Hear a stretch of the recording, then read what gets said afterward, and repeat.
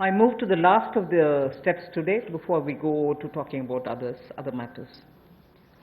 Supporting state governments. The support which is already extended to the state governments in the recent past in the context of the COVID lockdown. We completely recognize that, like the center, states are also facing a sharp decline in their revenues.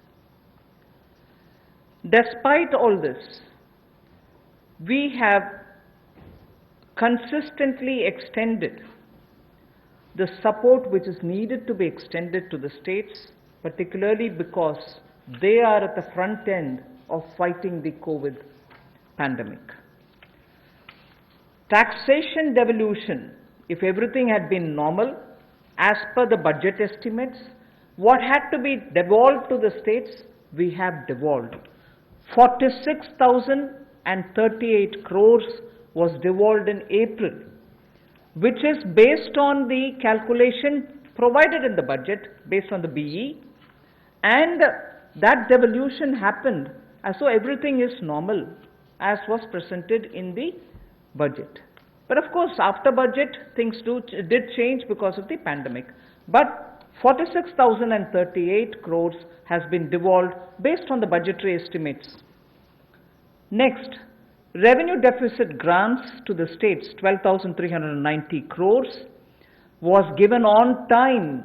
We have not, because our revenues or, there are difficulties, we have not held back. And it's our duty. I'm not saying I've done a favor. It's our duty. We have given it. Revenue deficit grants to the states of 12,390 crores was given on time in April and May, despite centers' stressed resources. What normally gets devolved over a couple of months, the SDRF, State Disaster Relief Fund, in advance was released, keeping in mind that there is a pandemic which the states are fighting, and this release happened even in the first week of April. First week of April, which is the beginning of the financial year, 11,092 crores was released, which is the SDRF fund, which normally would have got released as and when there is a situation. Health Ministry has separately from its side released 4,113 crores so that anti-COVID activities can be funded. So that's also happened. And on center's request, and I say this way because together with the secretaries, we had a video conference with the RBI, and during that RBI video conference, we had requested the RBI, which of course is their business and their terrain, but we did request, and I'm grateful that the governor and his team of officers had very readily agreed the ways and means advance limits to states has increased by 60%. Oh, increased to? By 60%. So RBI, I'm happy to say, RBI in a very timely step has increased ways and means advance limits for the states by 60%. RBI also increased the number of days states can be in continuous overdraft position from 14 days, which is normal, to 21 days. So the continuous overdraft they can remain now, not just for a fortnight, but 3 weeks. Also the number of days, the overdraft facility that they can have, number of days that a state can be in an overdraft situation in a quarter has been raised from 32 to 50 days. So nearly more than half the time, even if you're in overdraft position, Reserve Bank is okay with it. So these things had happened, and I wanted to say this is the support which we've already, because we understand states are the ones who are fighting at the forefront in containing COVID. We have not in any way hesitated to do what we are expected to do, although even we are under stress. We move to the next. Continuing with the supporting state governments. States have a net borrowing ceiling which is about 6.41 lakh crores based on a 3% of GSDP.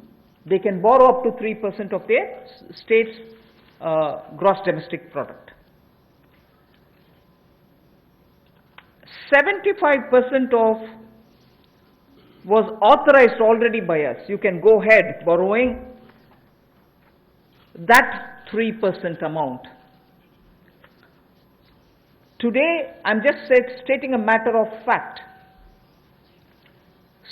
States have only so far borrowed only 14% of that limit which is authorized for them.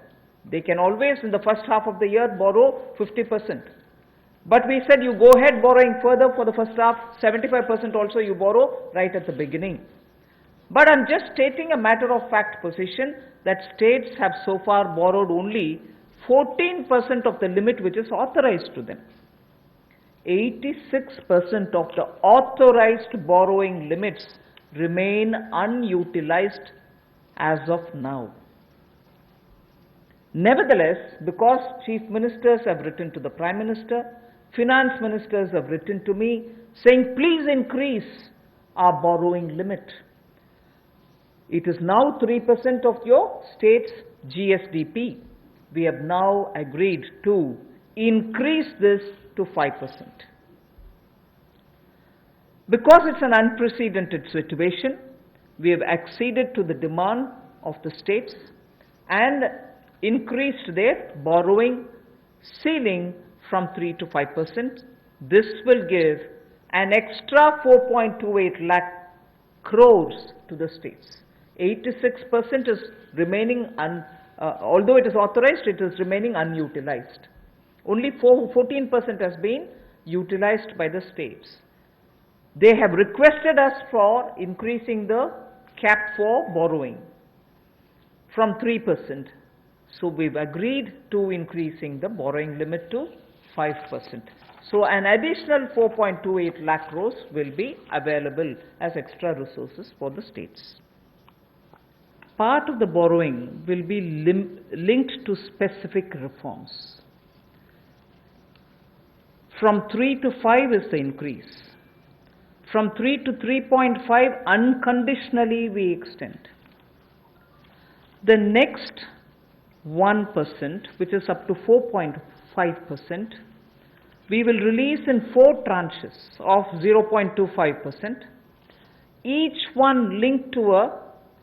of the tranches linked to a clearly specified, measurable and feasible reform which is necessary as an action to be taken. And why do we want this linkage with reform, state level reform?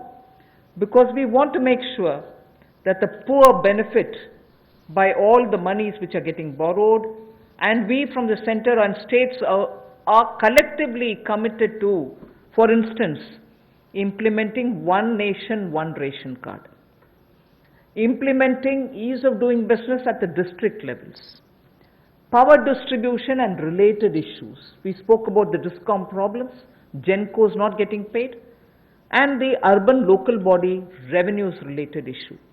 So I repeat, we have increased the borrowing limit for the states from 3 to 5. From 3 to 3.5, the additional, that 0.5% is unconditional. After that, up to 4.5, that 1% increase will be released in 4 tranches, and each one of those tranches will be linked to reforms which have to be taken with specified, measurable, feasible action. The next one, which is another 0.5, because I would have touched 4.5 with that, the last 0.5 will be given as soon as the milestones are achieved, not in all the 4, but at least in 3 of these conditions. So if you're talking of one nation, one ration card, ease of doing business, power distribution related matters, urban local bodies matter. There are 4. From among the 4, if at least 3 are completed, the last 0.5% will be released.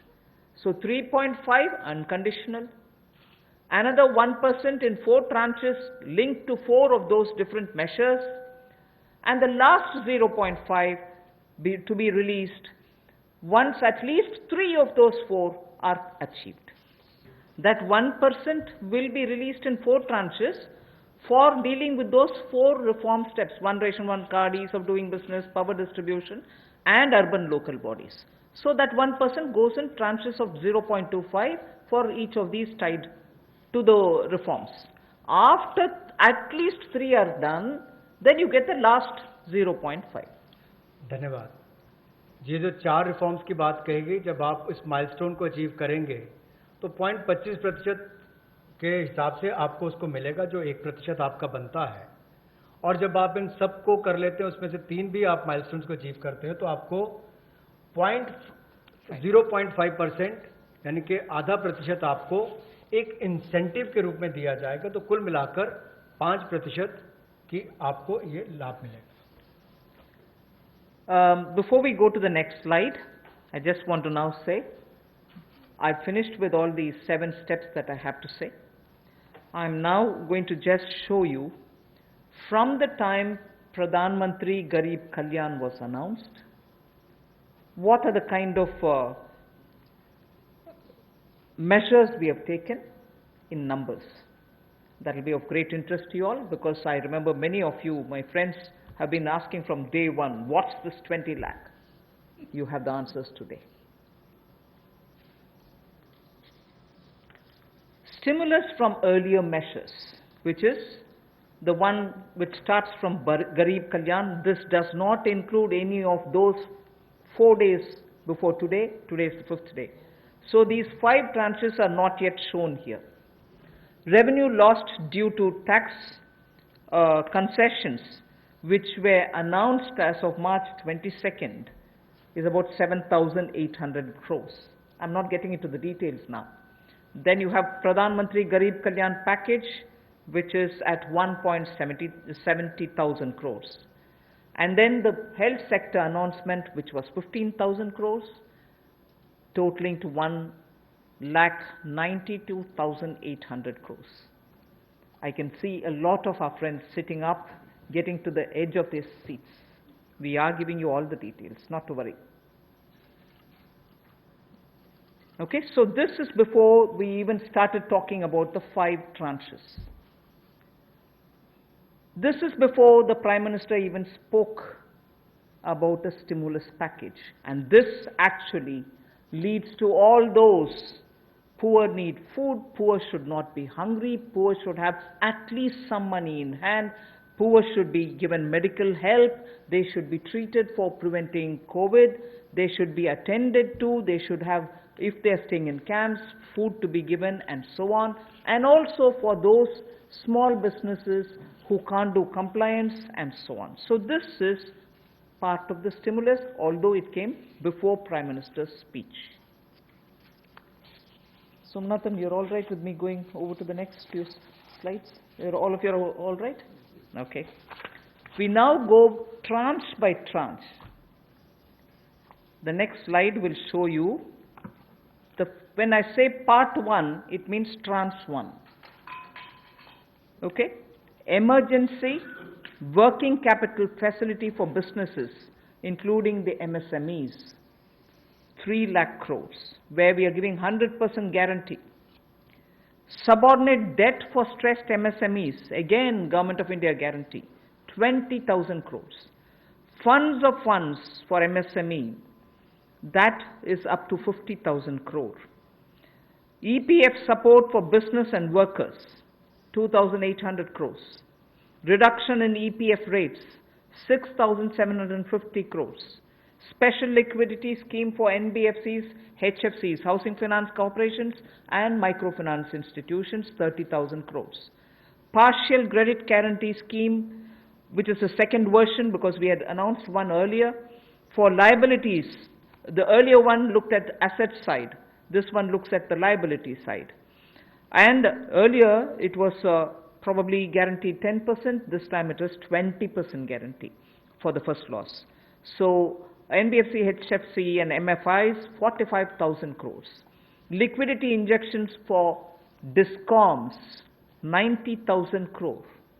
Reduction in TDS and TCS rates, down by 25%, 50,000 crores. So all this takes the first day announcements total to 5,94,550 crores. Can we move to the second? Second tranche, free food grain supply to migrant workers for 2 months, which I did repeat now. First tranche per PM Garib Kalyan, but the second one, 3,500 crores. Interest subvention which I announced for the Mudra Sishu loans, 1,500 crores. Special credit facility to street vendors. 50 lakh street vendors were to benefit out of it. Each would get up to 10,000 rupees. I had announced it earlier. That takes 5,000 crores. The CLSS Middle Income Group Housing Program, 70,000 crores. Additional emergency working capital, which we said will benefit small and marginal farmers, 30,000 crores. Then I spoke of Kisan Credit Card and additional credit which we want to extend to 2.5 crore farmers. That sixth item, which refers to KCC, was to benefit 2.5 crore small farmers, 2 lakh crores. So the second day's announcement, second tranche, totals to 3,10,000 crores. I move to the third tranche. Micro food enterprises. I get very mixed up with the food micro enterprises, micro food enterprises. I'm comfortable calling them micro food enterprises. Micro food enterprises which were to benefit 2 lakh units, meaning 2 lakh small entrepreneurs who are running their food processing centers can all benefit, and that would mean 10,000 crores. Pradhan Mantri Matsya Sampada Yojana, 20,000 crores. Top to total, if you remember, tomatoes, onions, and potatoes had quite a lot of assistance rent under Operation Green. We said this is being extended to the next 6 months, and now that will be extended to all others. That is why total. So what was pertaining to tomatoes, onions, and potatoes now is going to include a whole gamut of vegetables and greens and fruits. Operation Green gets 500 crores. Agri-infrastructure fund, the farm gate infrastructure which I've spoken about, 1 lakh crores. Animal husbandry infrastructure development, which we spoke about yesterday also, dairy development, this is 15,000 crores. Promotion of herbal cultivation, I did speak to you all elaborately about it, 4,000 crores. A small but a very essential from the point of view of agri-life. Agri-life is now desperately in need of pollination agents. Beekeeping initiative, 500 crores. So tranche 3, the third set of announcements which were made after Prime Minister's self-reliant India, Atmanirbhar Bharat, the third announcement, totals to 1,50,000 crores. I put together 4 and 5. The fourth tranche and the fifth tranche are going to be shown together. The viability gap funding for social infrastructure, 8,100 crores. The additional Manrega which I have announced today, 40,000 crores over and above the BE allocated 61,000 crores. So 40,000 crores for additional Manrega totals for 48,100 crores. So now can we go to the total of all the 5 plus the one earlier announcement? put together. 20 lakhs 97,053 crores. 20 lakhs and 97,053 crores. Of which the categories are clearly available. Part 1 means Trans 1, Part 2 is Trans 2, Trans 3, Trans 4 and 5 put together. Earlier measures including PM Garib Kalyan Yojana, which was shown earlier also.